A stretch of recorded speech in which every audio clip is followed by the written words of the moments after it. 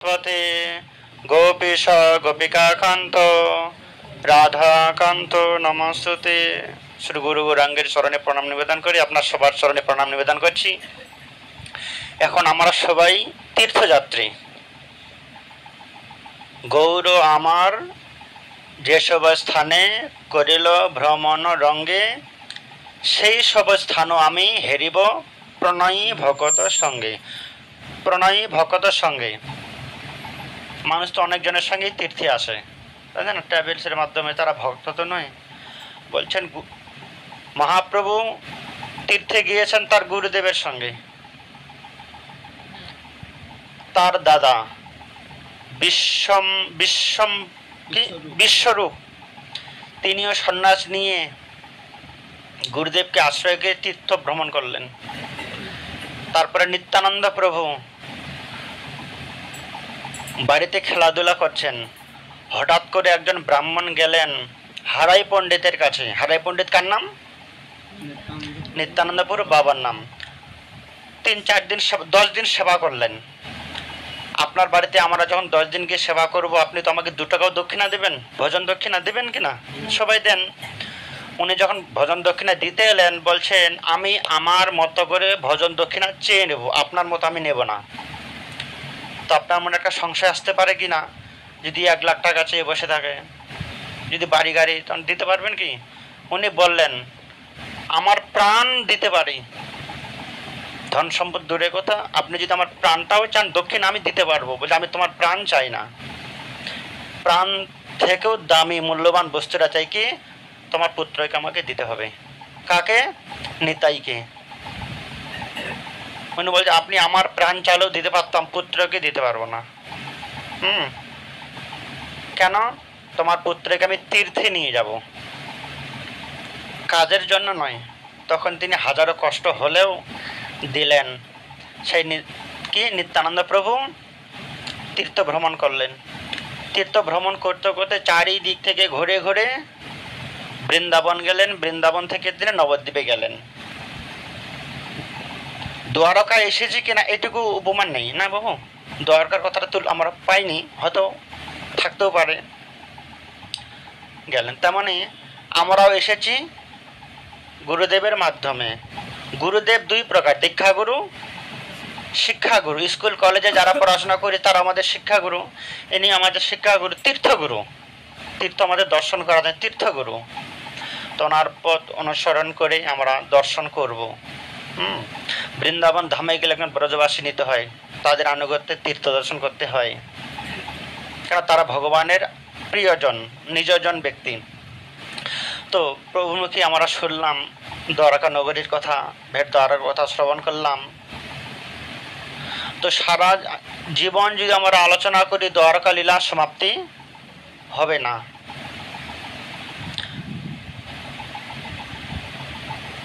একটা ছোট্ট চড়ুই পাখি বলে না, ছোট্ট পাখি, সে একদিন স্নান করছে এইখানে সমুদ্রের জলে, স্নান করছে আর ডাঙায় গিয়ে ঝেড়ে আসছে।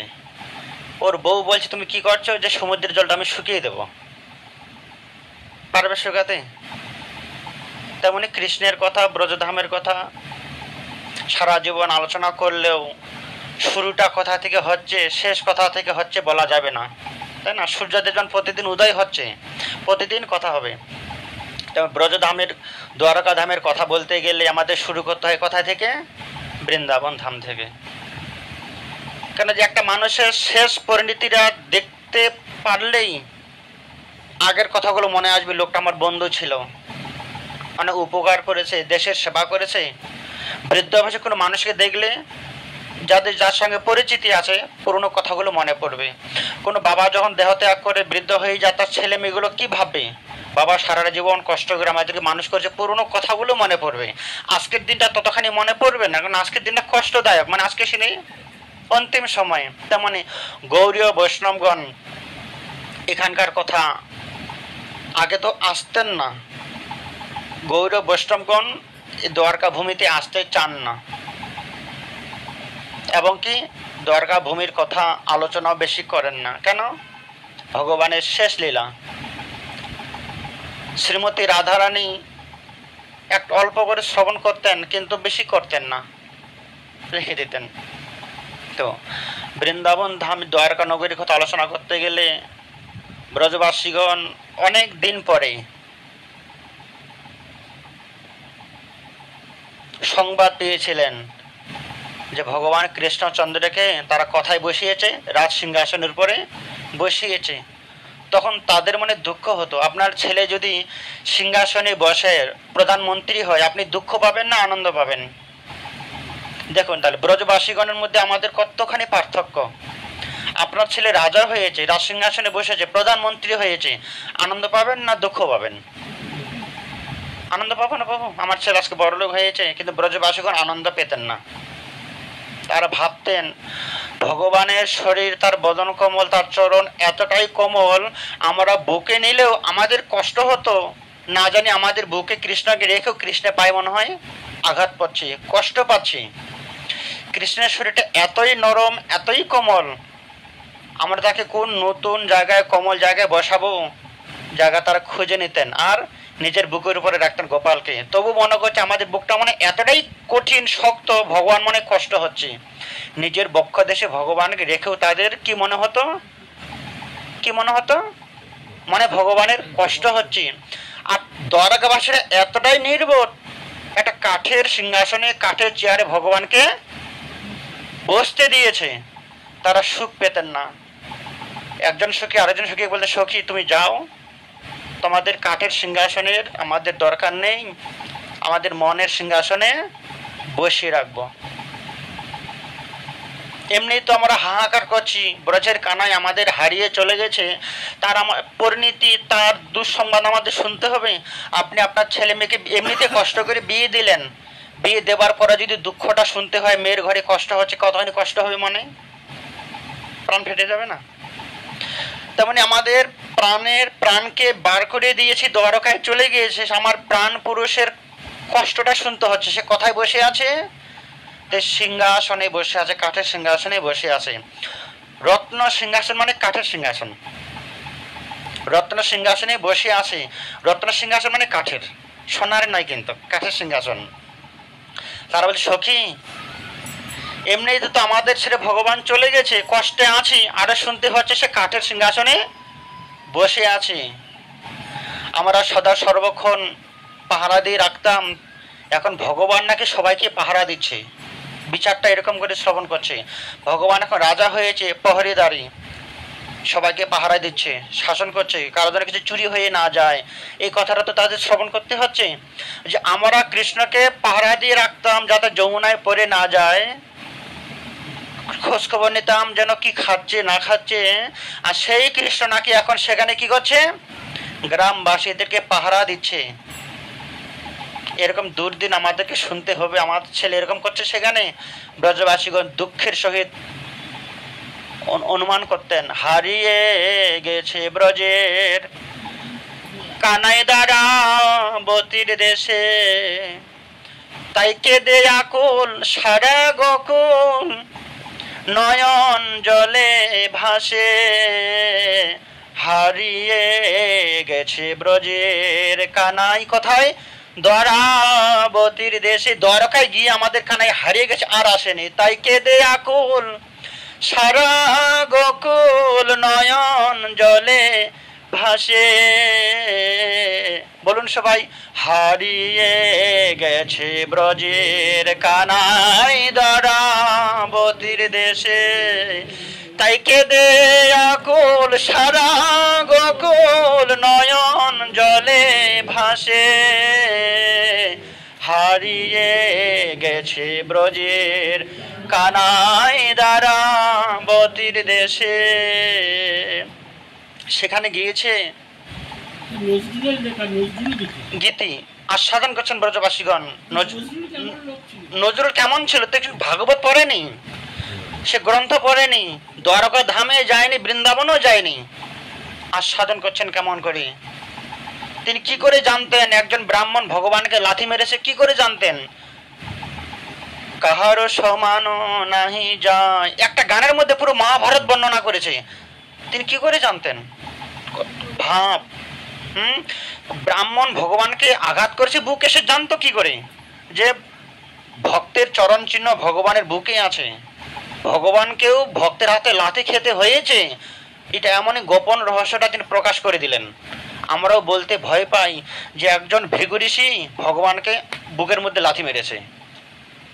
সাধারণ মানুষ শুনলে কেমন করে নেবে, এটা ব্যাখ্যা করার মতো না, কিন্তু নজরুল প্রকাশ করে দিলেন যে বিষ্ণুর চিহ্নে চরণ চিহ্ন, ললাটে লিখন কে খণ্ডায়, কাহার সমান নাহি যায়। কিভাবে চিনলেন? ব্রজবাসীগণ চিন্তা করছেন, ভগবান শ্রীকৃষ্ণের হাতে বাঁশিটা থাকতো, আমরা বাঁশিটা নিয়ে রেখে দিতাম, কৃষ্ণ বাঁশিটা তুমি রেখে দাও, তো ভারী। আর সেই কৃষ্ণ কি ধারণ করে আছে? সুদর্শন চক্র ধারণ করে আছে, গদা ধারণ করে আছে। ব্রজবাসীগণ তুমি যাও নিয়ে এসে বৃন্দা, তোমাদের দরকার নেই। আর ভগবানের মাথায় কিছু দিতেন না, ফুলের চূড়া দিতেন। আর সেই ভগবানকে বর্ণনা করছেন, ভগবান মাথা কি আছে? কত বড় সোনার মুকুট আছে, এই ভারীটা ভগবান কি করে সহ্য করছে? তাদের এটা দুঃখ হচ্ছে। প্রভু আমরা কালকে প্রভাস ক্ষেত্রে যাব, সেই প্রভাস ক্ষেত্রে আপনার ছেলে মেয়ের সঙ্গে, আপনার স্বামীর সঙ্গে যখন 100 বছর পরে দেখা হবে, আপনি আনন্দ পাবেন না দুঃখ পাবেন? আপনার স্বামীর সঙ্গে মেয়ের সঙ্গে 100 বছর পর দেখা হচ্ছে, কতটা আনন্দ। কিন্তু ব্রজবাসীগণ আনন্দ পাননি। যখন কৃষ্ণ ভগবান এখান থেকে সবাইকে নিয়ে গেলেন, মথুরার ভক্ত, দ্বারকার ভক্ত, ব্রজের ভক্ত এবং গোকুলে সব ভক্তরাই এলেন। কোথায়? প্রভাস ক্ষেত্রে যাব, চলো সেখানে ভগবান সবাইকে ডেকেছে, একটা অনুষ্ঠান করা হবে, একটা পিকনিক হবে সেখানে। ললিতা বিশাখা সখী সবাই রেডি হয়ে যাত্রা করবেন, কিন্তু বলছেন না, যার প্রাণপুরুষ সে যাবে কিনা আমাদের জানতে হবে। শ্রীমতী রাধারানীর কাছে গেলেন, রাধে তোমার প্রাণবল্লভ 100 বছর পরে আমাদের মনে করেছে। কত বছর পরে? একদিন দুদিন নয়। রাধে তুমি যার জন্য আমরা অপেক্ষা করে আছি, চোখের জলটা জমিয়ে রেখেছি কেন? রাধারানী কৃষ্ণ আসার পর থেকে আপনাদের আমাদের মতো হাউ হাউ করে কেঁদে চোখের জল ফেলাননি, জমিয়ে রেখেছে কেন? কৃষ্ণ আসার সময় কথা দিয়েছিলেন, রাধে এই যে 84 ক্রোশ, কত ক্রোশ বৃন্দাবন ধাম? 84 ক্রোশ। এই যে 84 ক্রোশ বৃন্দাবন সীমা, যত কিছু লীলা খেলা রায় তোমার মহিমা। রাধে আমি চলে যাচ্ছি, এই যে মুরলিটা তোমার হাতে অর্পণ করলাম, আর বৃন্দাবন ধামটা তোমার হাতেই অর্পণ করলাম। বৃন্দাবন ধামটা তুমি সুরক্ষিত রাখবে। আর দ্বিতীয় কথা, আমার মনের কথা, তুমি যদি এটা আলোচনা হয়ে গেছে কালকে, তুমি যদি আমার সুখ চাও, আনন্দ চাও, তুমি চোখের জল কোনোদিন ফেলবে না। কেননা তোমার চোখের প্রতিটা চোখের জল জল নয়, এক একটা হিরে, এক একটা মণি।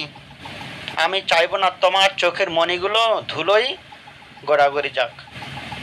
এই ধুলে, বৃন্দাবনের ধুলোয় আমার চরণ ধুলি আছে, তোমার চরণ ধুলি আছে। আপনি কি চাইবেন আপনার সিঁদুরটা মাটিতে গড়াগড়ি যাক? কেউ চাইবে নাকি সিঁদুরটা মাটিতে পড়ে যাক? ঝাড়ু দিয়ে পরিষ্কার করি, জল দিয়ে পরিষ্কার করে দিতে হবে। তেমনই রাধে তোমার চোখের জল, নয়ন বাড়ি, আমি চাইবো না আমার ধুলোই পড়ুগতে তুমি কোনোদিন চোখের জল ফেলবে না।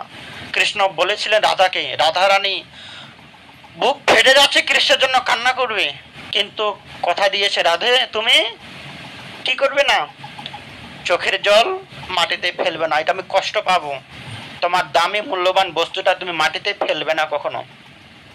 কোনো ব্রজবাসী কান্না করতে পারতেন না, প্রাণ ফেটে যেত, চোখের জল ফেলতে পারতেন না,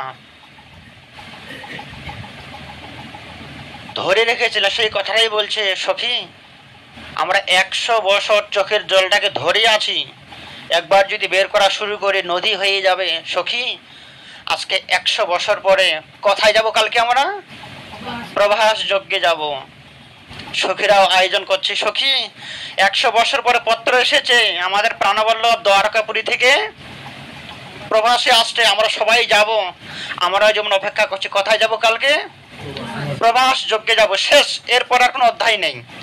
কৃষ্ণলীলার প্রথম অধ্যায়, দ্বিতীয়, তৃতীয় অধ্যায় করতে শেষ অধ্যায় হচ্ছে প্রভাস যজ্ঞে। এরপরে আর যাওয়ার রাস্তা নেই, কিন্তু আমাদের মায়ার বাঁধন যেতেই হবে।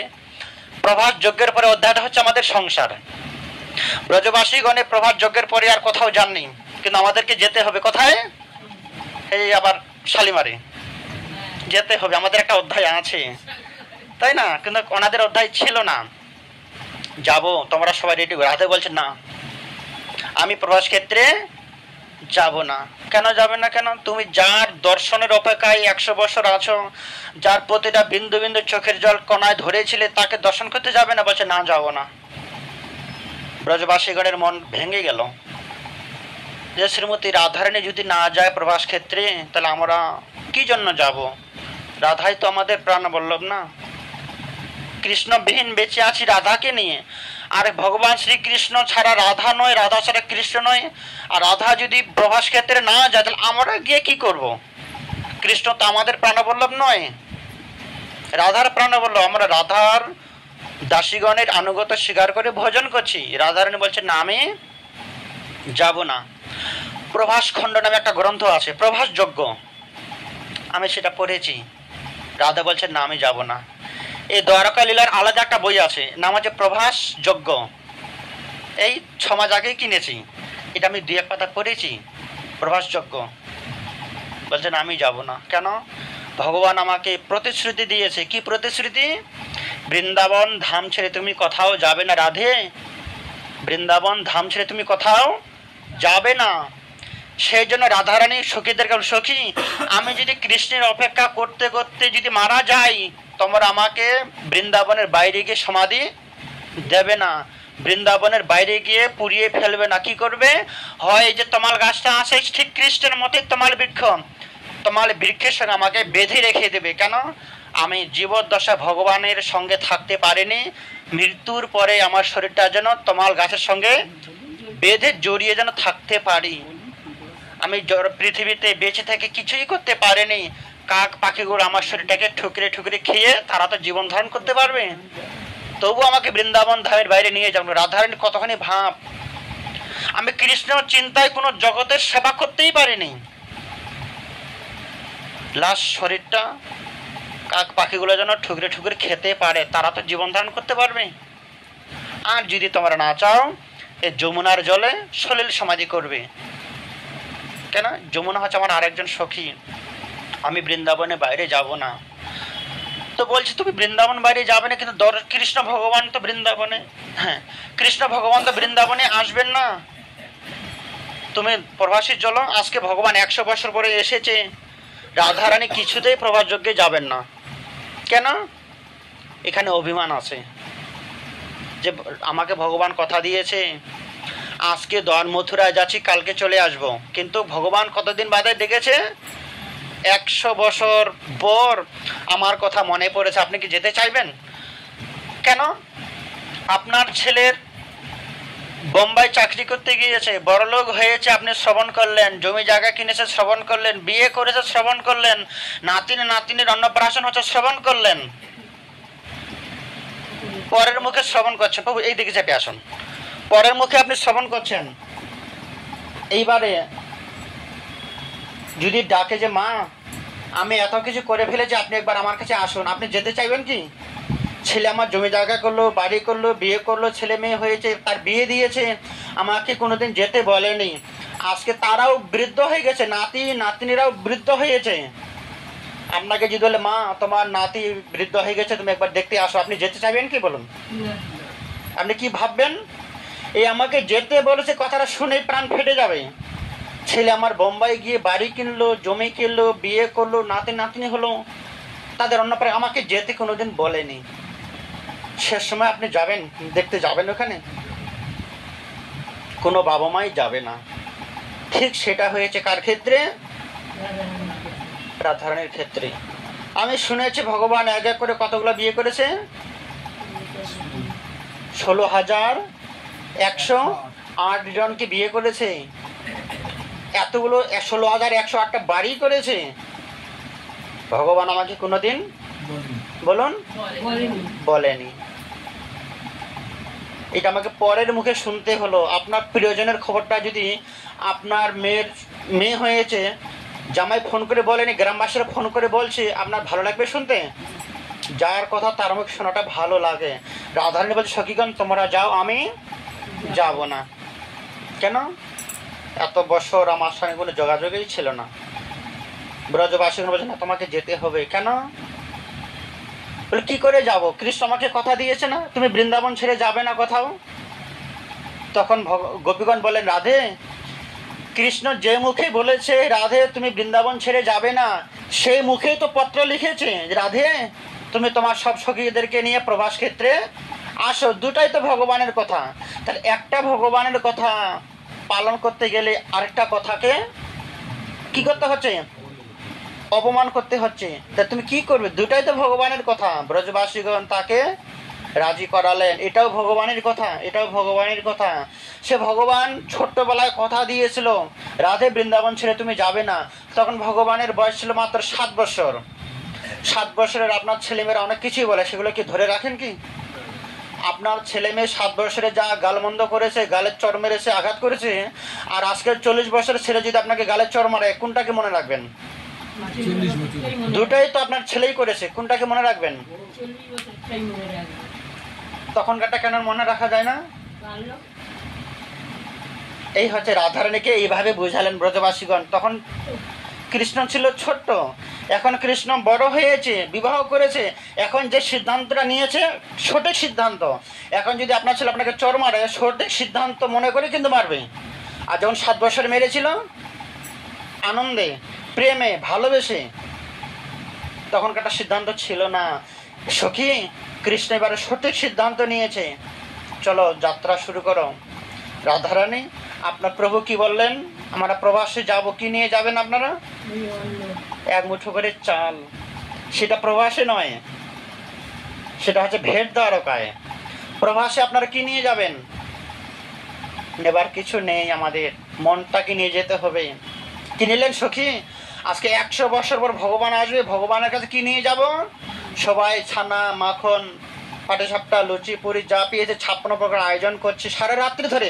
খবরটা পেয়েছে আগের দিন যে আগামীকালকে প্রভাসযোগ্য ভগবান আসছেন। সেই শ্রবণ করার মতো গরুর গাড়িতে করে সব সাজালেন, দুধ, মাখন, নুনি, মাছ সব কিছু সাজালেন। কেন? 100 বছর পরে আমাদের বন্ধুকে পাবো, মন ভরে খাওয়াবো। সবাই সাজালেন, মনে কি আনন্দ পাচ্ছি সবাই। আমাদের মনে দেখুন, আমরা তো ভগবানকে দেখিনি যে আমাদের মনে আনন্দটা আসবে। আমরা অনুমান করতে পারছি না প্রভাস যোগে আমরা কি দেখব। অনুমান করতে পারছেন কি? আমিও পাচ্ছি না, কারণ আমিও যাইনি। কিন্তু ব্রজবাসীগণের কাছে তো ভগবান প্রাণ, তারা অনুমান করছে। শুনেছি ভগবানের আজকে যুবক হয়েছে, কেমন দেখতে হয়েছে, সে নাকি আবার এতগুলো বিয়ে করেছে। কৃষ্ণ ভগবান, রুক্মিণী, সত্যভামা, তারা দেখতে কেমন। একবার নিজেদের দিকে তাকাচ্ছে যে আমরা কেমন একটা নাইটি পরে আছি। বৃন্দাবনের ড্রেসগুলো কেমন দেখেছেন? ঘাগরা একটা, চুন্নি একটা, ব্লাউজ একটা, সুন্দর করে সাজে না। তারা নিজের দিকে তাকাচ্ছে, এরকম বেশভূষা পরে আছি, ভগবান কি আমাদের কাছে আসবে? আর রুক্মিণী, সত্যভামা কি পরে আছে? হিরে দিয়ে বস্ত্র পরে আছে, হিরে গয়না তার শাড়িগুলো তৈরি করা আছে, মূল্যবান রত্ন দিয়ে তৈরি করা আছে। তো তাদের সামনে আবার দুঃখ হচ্ছে, তাদের সামনে কি আমরা যেতে পারবো? আপনি নাইটি পরে যেতে পারবেন মন্ত্রীর কাছে? গেলেও কি সে আপনাকে গ্রহণ করবে? এরকম চিন্তা করছে। ভগবান কি আমাদেরকে আগের মতো ভালোবাসবে? এরা কি এমন শাড়ি পরে এসছে, আর রুক্মিণী সত্যভামার কেমন সেজে গুজে এসেছে। এই যাবার পথে মনটা চঞ্চল, ভগবান কি আমাদেরকে গ্রহণ করবে কি করবে না? আমাদের মনে চঞ্চল হচ্ছে না? কিভাবে যাব, কি দর্শন করব, কি পরিস্থিতিতে থাকবো, আমাদের এই মন চঞ্চল। তাদের মনটা চঞ্চল কেমন ছিল? কথায় রাজসিক ভাব, আর আমাদের কথায় নির্গুণ ভাব। আমাদের কাছে কিছুই নেই, প্রেম ছাড়া কিছু নেই। তৈরি হচ্ছে, ধীরে ধীরে আসছে, সময় কম, অল্প করে বলি। রেডি হচ্ছে, আমরা যেমন কি হচ্ছে, আমাদের ব্যাগপত্র নিয়ে রেডি হচ্ছি। ব্রজবাসীগণ তৈরি করছেন। ললিতা বৃন্দাবন গিয়েছেন তো, রাধারানীর বাড়ি থেকে 1 কিলোমিটার দূরে ললিতা সখীর বাড়ি। জায়গাটার নাম কি? কি নাম? উঁচাগাঁও। উঁচাগাঁও সব থেকে উঁচু, মানে 50টা সিঁড়ির উপরে ললিতা সখীর বাড়ি, নাম হচ্ছে উঁচাগাঁও। উঁচাগাঁও থেকে ললিতা বলছে, বিশাখা সবার সঙ্গে আলোচনা হলো, যশোমতী মানে কি নন্দ মহারাজ আর যশোদা, তারা কি যাবে না? তারা কি যাবে না? ওরা বলে, হ্যাঁ আমরা খবর দিয়েছি, মা যশোমতী সেও নিজের ছেলেকে খাওয়াবে বলে ননি মাকর মিশ্রি ভাগবতে লেখা আছে। যেদিন থেকে কৃষ্ণ ভগবান বৃন্দাবন ছেড়ে চলে গেছে, সেদিন থেকে যশোমতী কোনোদিন আর ননি মাখন তৈরি করেননি। কার জন্য তৈরি করব? ছেলে তো নেই, কৃষ্ণ বলরাম তো দুজনেই চলে গেছে দ্বারকা। আজকে তৈরি করছে, স্নান করার সময় নেই, নিজেকে দেখার সময় নেই। ভগবান আসছে কোথায়? প্রভাস যজ্ঞে আমাকে পাঠিয়েছে, মাকে আসতে বলবে, চিঠি দিয়েছে আলাদা আলাদা করে, ললিতা সখী তুমি আসবে, বাবা মা সবাই তোমার আসবে, চিঠি দিয়েছে। চিঠিটা পাওয়া মাত্রই আমার ছেলে আমাকে দেখেছে 100 বছর পরে, সঙ্গে সঙ্গে কোনো আমরা কি করি? ভগবানের মন্দিরে গেলে স্নান করি, তিলক করি, পবিত্র হই। স্নান করার পরও আমাদের মনটা পবিত্র হয় না, তখন কি করি? জলে হাতে নিয়ে অপবিত্র পবিত্র বা সর্বাস্তং গত অবিবা স্মরে পুণ্ডরিকাক্ষ সব বাহ্য অভ্যন্তরে সূচি স্নান করি, আমরা নিজেকে শুদ্ধন করি। কেশবায় নম নারায়ণ মাধব। কিন্তু যশোমতী সংবাদ পাওয়া মাত্রে স্নান করলেন না, নারকেল নাড়ু তৈরি করলেন। নন্দ মহারাজ কি করবে আর কি করবে না ব্যস্ত হয়ে গেলেন। সারা রাত ধরে মা যশোমতী খাবার তৈরি করলেন। কাকে দেব? ভগবানকে খাওয়াবো। সকাল হয়ে গেল, গরুর গাড়িতে করে সাজানো হলো, লাইন করে গরু গাড়ি করে আসছে। এদিকে ললিতা সখী, বিশাখা সখী, চম্বলতা, ইন্দুলেখা সবাই আসছে। এইদিকে নন্দ মহারাজ, মথুরার ভক্তগণ সবাই গরু গাড়ি করে লাইন দিয়ে যাচ্ছে। কোথায়? প্রভাস যজ্ঞ কি, দ্বারকা ধাম কি, প্রভাস যজ্ঞে যাচ্ছে। এই দিক থেকে কারা যাচ্ছে?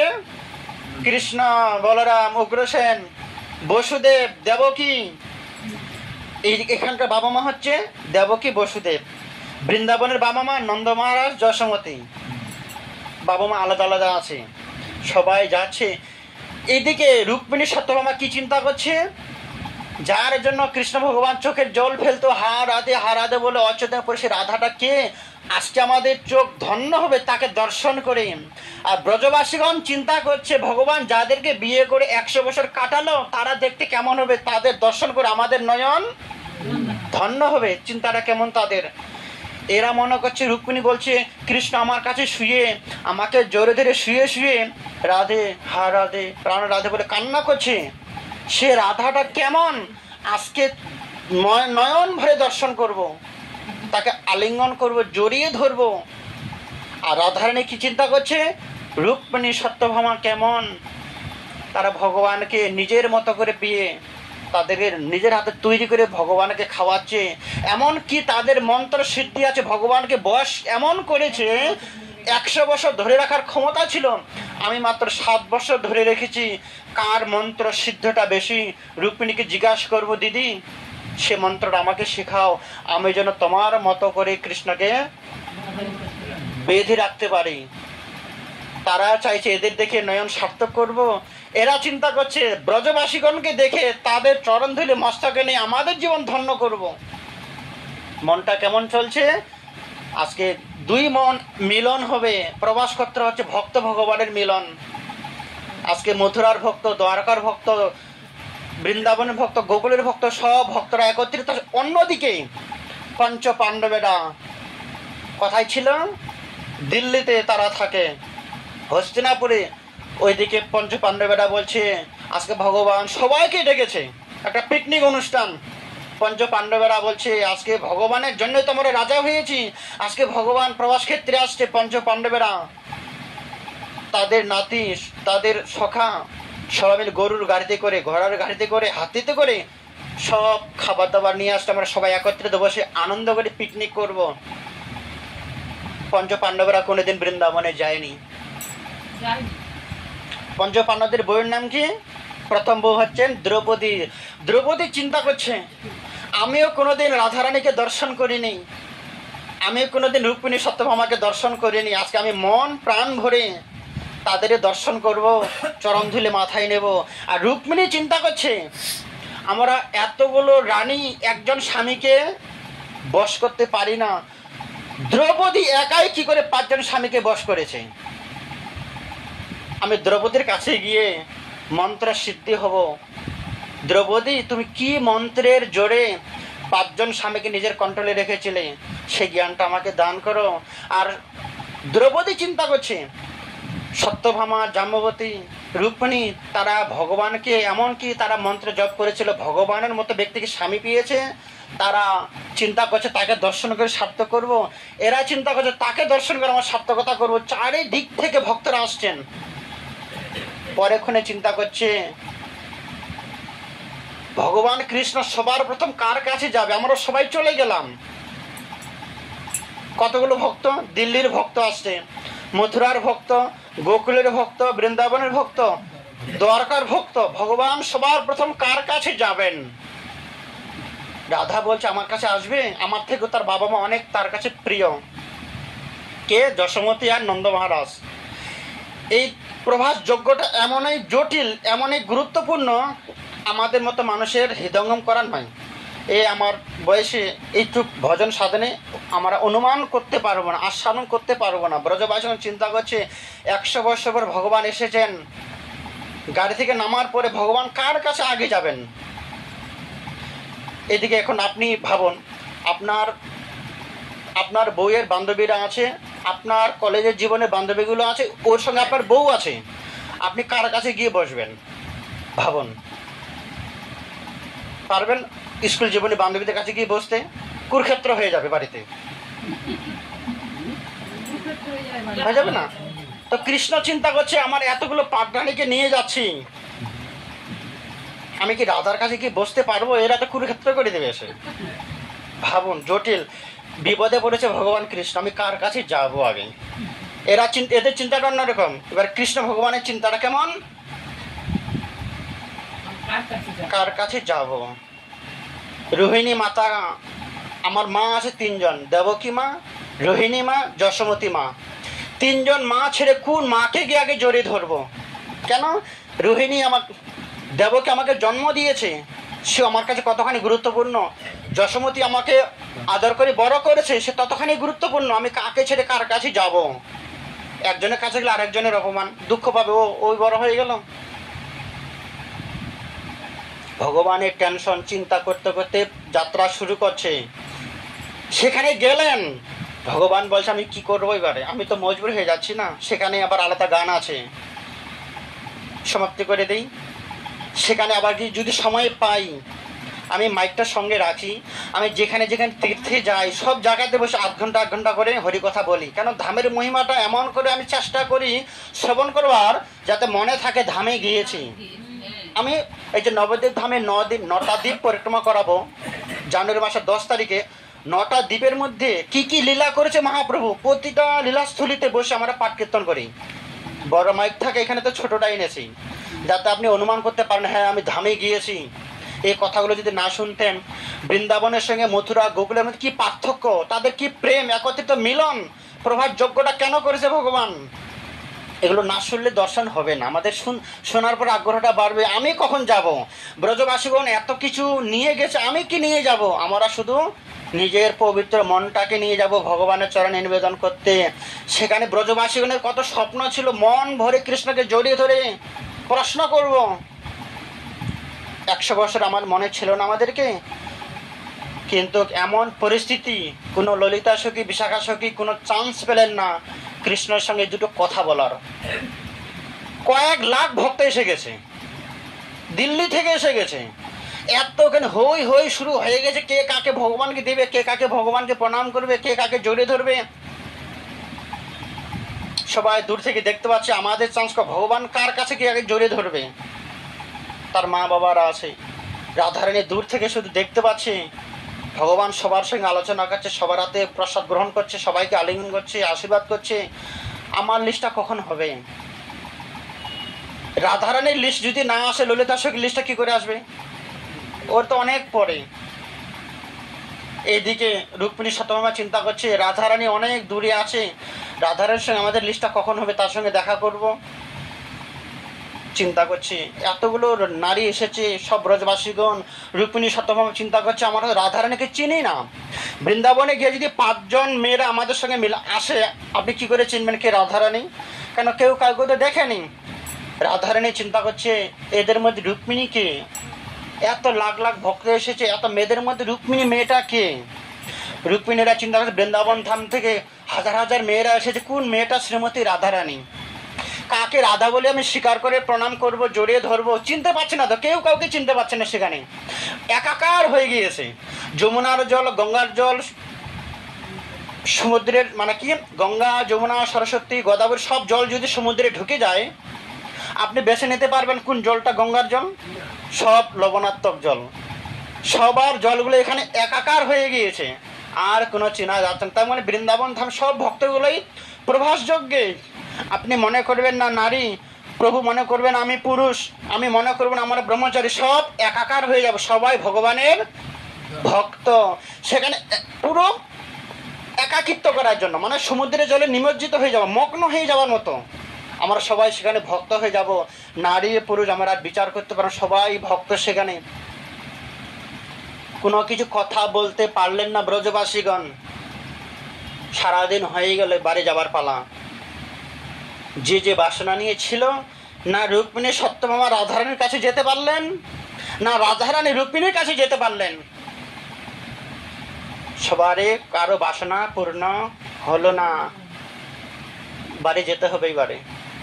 চোখের জলে বুক ভাসিয়ে আজকে রাধারানী যে চোখের জলটা ধরে রেখেছিল, ভগবানকে পেলে চান করাবো, অভিষেক করব, আশা পূরণ হলো না। চোখের জলটা রয়ে গেল, চোখের জলটা ভগবানের চরণ অভিষেক করতে পারলাম না। ললিতা, এই চিঠিটা ভগবানকে দিয়ে আসো।